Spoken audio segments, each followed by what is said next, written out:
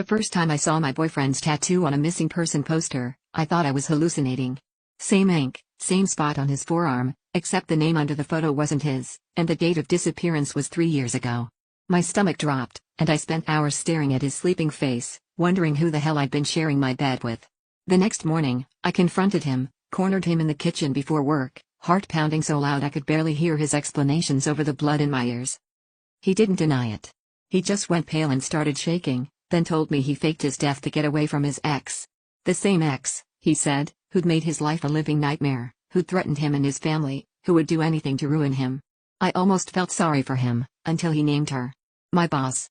My cold, calculating, always perfect boss, who'd smiled at me every morning and asked about my weekend, who'd given me a promotion, who'd invited me to her wedding. My world didn't just tilt, it spun out of control. The next days blurred into a twisted game of pretending I didn't know, pretending my boyfriend wasn't a missing person, pretending my boss hadn't once loved the same man I was sleeping with every night. I started seeing signs everywhere, the way she looked at me in meetings, the little digs about loyalty, the lingering glances at my necklace, his necklace, really. Every text from her felt like a threat, every touch from him felt like a lie. I stopped sleeping. I started drinking.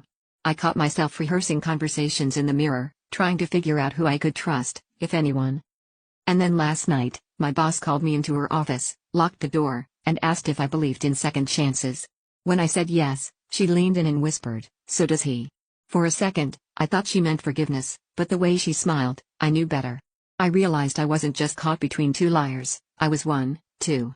I'd fallen for a man who disappeared, but the real secret was how much I wanted to disappear too, to escape the mess I'd made by loving someone who'd run from everything, just like I always do.